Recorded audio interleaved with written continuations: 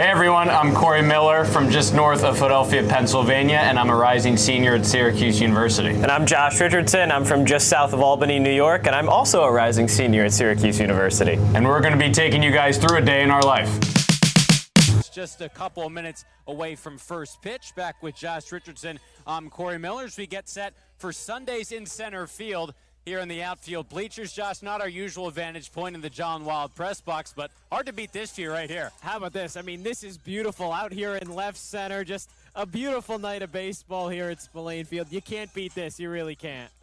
3-2 pitch, high fly ball, deep to left field. Mitchell back. Mitchell looking up. It's gone! Kanan McDonald, a go-ahead pinch hit, two-run shot.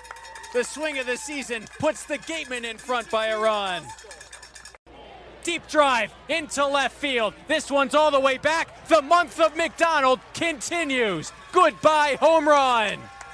Getting to see all the teams across the Cape. Any memory that stood out so far this summer? Just those bus rides, man. You know, we've been a pretty good team on the road. Well, I mean, we have been just winning a lot of games overall, but we've been pretty good on the road this year. So those bus rides to and from away games have been pretty fun. You know, when you're just playing good baseball, the vibes are high, and you know everybody's just having fun. Any fun bus ride games that you guys play collectively to try and stay busy during some of those long rides to Chatham or Orleans? Oh yeah, Mafia for sure. Every time we win an away game, it's Mafia with pretty much the whole bus, and it usually lasts us the whole ride depending on where we go. So if it's a good game, it'll last maybe the whole hour from Chatham or wherever we're coming from. So those are really fun. Another 3-2, deep drive into left field, headed into the corner. That ball is gone. Van Sheehan, the first Wareham homer of the summer, gets them on the board. They lead 1-0. Hitters count for Turner. That one is blasted. High in the air, deep to right field, hugging the line. If it's fair, it is gone. Colby Turner rounds them all. A two-run shot deep into the Chatham night.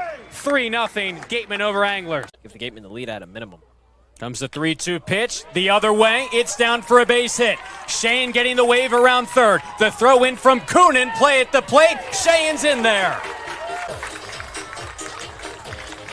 Hey everyone, welcome into episode number 4 of Inside the Cape with Josh Richardson. I'm Corey Miller. There's one behind Clark and McHugh. Payoff pitch here. Deep drive into left field. West back, he becomes a spectator. Colby Turner, the exclamation point in the 6th. He's in scoring position now for Chris McHugh. 14 RBIs for the righty. 1-2. Turner on the mound. Comes home from the stretch. Hard hit into center field. Freeman in pursuit and falls in front of him. Turner got a late jump. He's now rounding third. The play at the plate. Throw bounces in there. Turner slides in safely.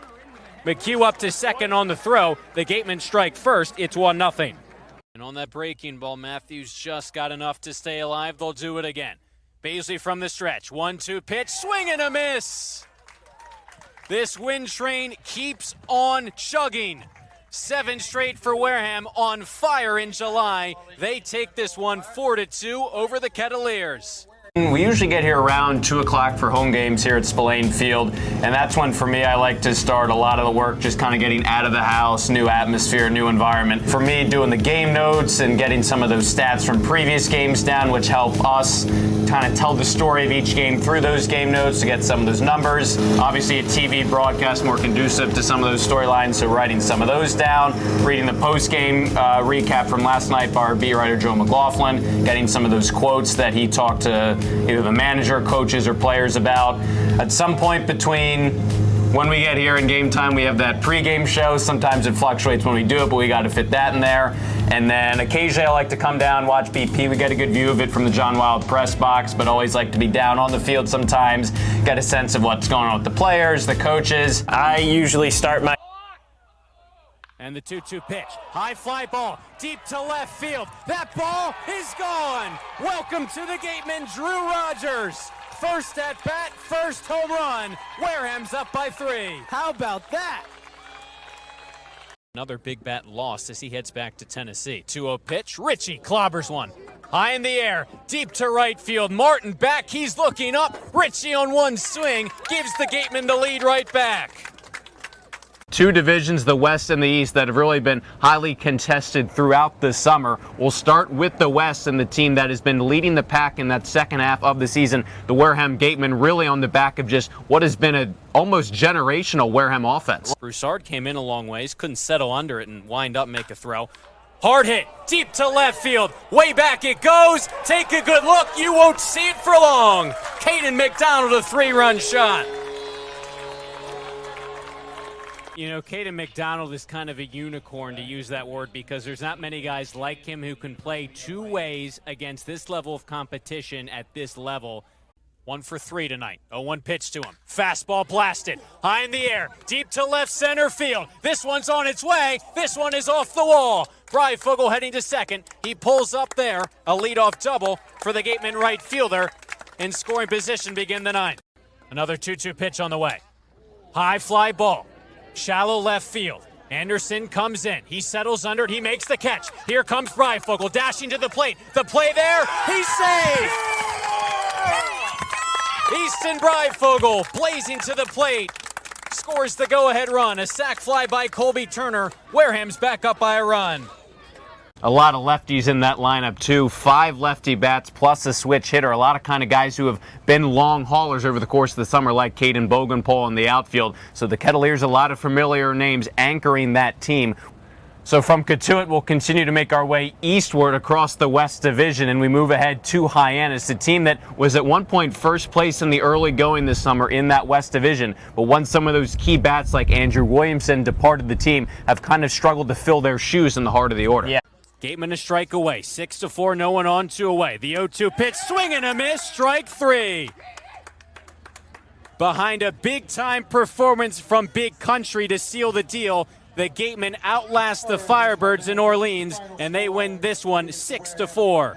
You said it, no doubt about it. He had to get into it to leave the yard to that part of the park. He looked like an all-star. And speaking of Gatemen all-stars, Josh, did you know that Kyle Schwarber and Paul Skeens played for the Wareham Gatemen? I think I did, actually. If you didn't, it would be hard to miss after what they did last night in the MLB All-Star game in Atlanta.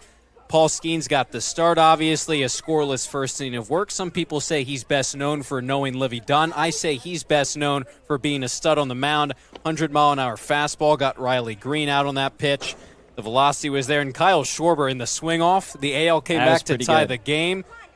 3 at-bats, 3 home runs in that swing-off. All-Star Game MVP for Kyle Schwarber. It's provided in a good way. 2 strikeouts. Caden McDonald blasts that one into center field. It's down for a base hit. A night off of a pinch hit, go-ahead 2-run homer. Caden McDonald keeps swinging the bat. A 2-out base hit here in the second. Said it, a complete team for sure. And then we move along to Bourne, the team that's really been nipping at the Gatemen's heels towards the end of the regular season. On one end, the ERA, 2 separate stints this summer, worse than the league, but the offense for them, too, has carried the load. With the Tigers, so does have starting experience collegiately. 0-2 pitch, high fly ball center field. Broussard can't locate it, still twisting and turning, and it lands behind him in center field. Carnes is off to the races. Mike Mobbs is going to wave him home. The play at the plate is not going to be in time. Can still do damage. Lace down the third baseline, a fair ball over the glove of Johnson and into left field. Turner around first, he's trying for 2. Tyson bobbles the ball in left. The Gatemen have the tying run in scoring position.